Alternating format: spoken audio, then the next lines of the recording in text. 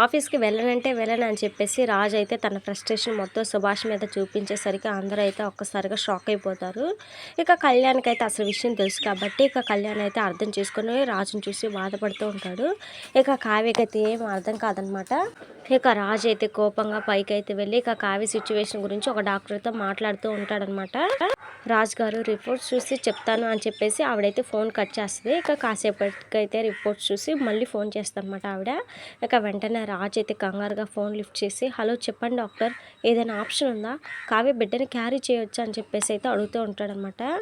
కావ్య బిడ్డను క్యారీ చేయడానికి ఒకే ఒక ఆప్షన్ ఉందండి అని చెప్పేసి డాక్టర్ చెప్పగానే అవునా థ్యాంక్ గాడ్, ఏంటి డాక్టర్ అది అని చెప్పేసి రాజు అయితే అడుగుతాడనమాట. ఇంక్యుబేటర్ అని చెప్పేసి ఇక డాక్టర్ అయితే చెప్పగానే ఇంక్యుబేటరా అని చెప్పేసి అంటాడనమాట. ఆ డాక్టర్ అయితే మీకు బిడ్డ కావాలంటే అదొక్కటే పద్ధతి, అది కూడా చాలా రిస్క్తో కూడుకొని ఉంటుంది అని చెప్పి డాక్టర్ అయితే చెప్పగానే ఎంత రిస్క్ అయినా పర్లేదు డాక్టర్, నాకు తల్లి బిడ్డ క్షేమంగా కావాలి అని చెప్పేసి రాజు అయితే అంటాడనమాట.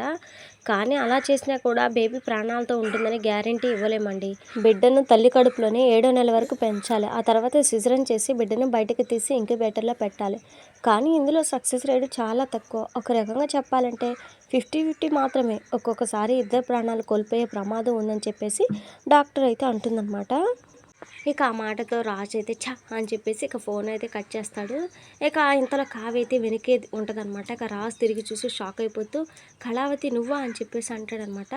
ఇక అలా అనగానే కళావతి అయితే కవి గారు నాకు మొత్తం చెప్పేశారండి అని చెప్పేసి అనగానే అక్కడ రాజు అయితే ఒకసారిగా షాక్ అయిపోతారనమాట. ఏంటి కళావతి ఏం చెప్పాడు కళ్యాణ్ అని చెప్పేసి అనగానే మీరు ఏదో విషయం గురించి చాలా బాధపడుతున్నారని, ఇలా ఫోన్ వచ్చినప్పుడులా ఫ్రస్ట్రేట్ అవుతున్నాడని చెప్పాడు. ఇంతకీ ఏంటండి ఆ నిజం అని చెప్పేసి అడగగానే ఇక రాజు అయితే అమ్మయ్య కళ్యాణ్ కావ్యకి ఏం చెప్పలేదన్నమాట అని చెప్పేసి అనుకుంటాడు. ఎందుకండి అంత బాధపడుతున్నారు? మీ భార్యతో చెప్తే సాయం చేయదనుకుంటున్నారా, లేకపోతే చులకన అయిపోతానని అనుకుంటున్నారా? నేను మీ భార్యనండి, ఆ మాత్రం నేను అర్థం చేసుకోలేనా? మీతో జీవితాన్ని పంచుకున్న నేను మీ సమస్యను పంచుకోలేనా? మనం పరాయి వాళ్ళం అయిపోయామా చెప్పండి, మీ సమస్య ఏంటి అని చెప్పేసి అడుగుతూ ఉంటుందన్నమాట. ఇక రాజు అయితే చెప్పలేను కళావతి, నా సమస్య నీ కడుపులో పెరుగుతున్న బిడ్డ అని చెప్పలేను అని చెప్పేసి అనుకుంటూ ఉంటాడనమాట.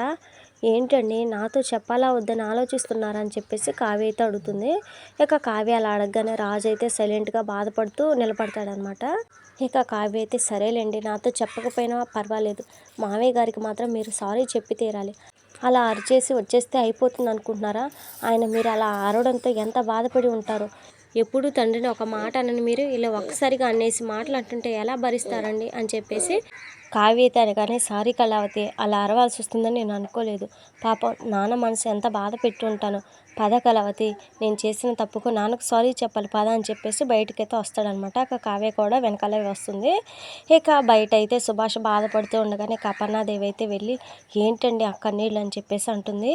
ఇక సుభాష్ అయితే ఏమో తెలియడం లేదు అపర్ణ, నాకే తెలియకుండా కన్నీళ్ళు వస్తున్నాయి, మనిషికి వయసు ఉంటుంది కానీ మనసుకు ఉండదు కదా, అందుకే కాబోలు నా కొడుకు నన్ను అన్ని మాటలు అంటుంటే నాకు ఏడుపు వస్తుంది, డబ్బు సంపాదించకపోతే చచ్చిపోతావా అన్నాడు, అమ్మా నాన్న ఆస్తులు సంపాదించేది పిల్లల కోసమే కదా, వాడికి ఆఫీస్కి వెళ్ళడం ఇష్టం లేకపోతే చెప్పి ఉండొచ్చు కదా, డబ్బు కోసం కొడుకుని కష్టపెట్టే మూర్ఖుని కాదు కదా నేను అని చెప్పేసి మాట్లాడుతూ ఉండగానే వాడు ఏదో కోపంలో అలా అన్నాడండి అని చెప్పేసి అపర్ణాదేవి అయితే చెప్తూ ఉంటుందన్నమాట.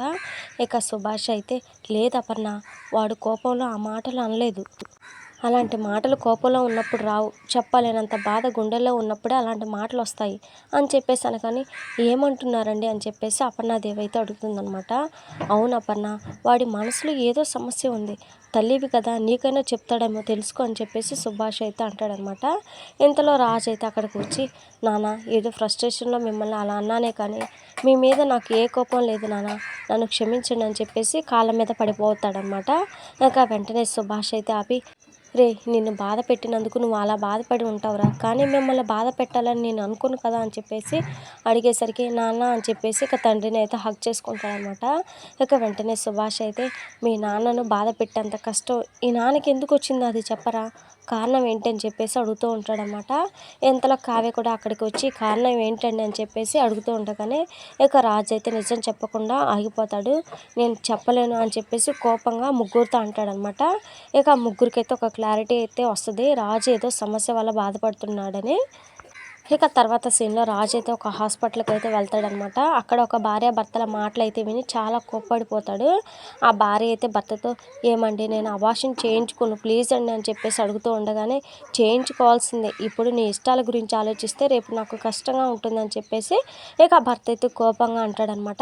అది విన్న రాజు అయితే కోపంగా "అంత కష్టంగా ఉంటే నీ భార్యకు కడుపెందుకు చేశావురా?" అంటూ ఇక పుట్టుక గురించి, తల్లి గొప్పతనం గురించి, పిల్లలు లేని వాళ్ళు పడే బాధను గురించి ఆ భర్తకైతే క్లాస్ పీకుతూ ఉంటాడనమాట. అతనైతే ఫస్ట్ మీకేం సంబంధం, మీరెవరు అన్నట్టుగా మాట్లాడి ఆ తర్వాత అయితే సైలెంట్‌గా వింటూ ఉంటాడనమాట రాజు మాటల్ని. ఇక రాజు అయితే తల్లి బిడ్డను కనడానికి ఎన్ని కష్టాలు పడుతుందో తెలుసా అని చెప్పేసి మొత్తం చెప్తూ ఉంటాడు. ఇక ఆ పక్కనే ఉన్న వాళ్ళ ఆవిడ కూడా అలానే వింటూ ఉంటదనమాట. ఇది ఫ్రెండ్స్ మరి ఇవాల్టి ఎపిసోడ్‌లో జరిగింది. నెక్స్ట్ ఎపిసోడ్‌లో మరి ఏం జరగబోతుంది మిస్ కాకుండా తెలుసుకోవాలనుకుంటే మన ఛానల్‌ని సబ్స్క్రైబ్ చేసుకొని సపోర్ట్ చేయండి. Thank you friends.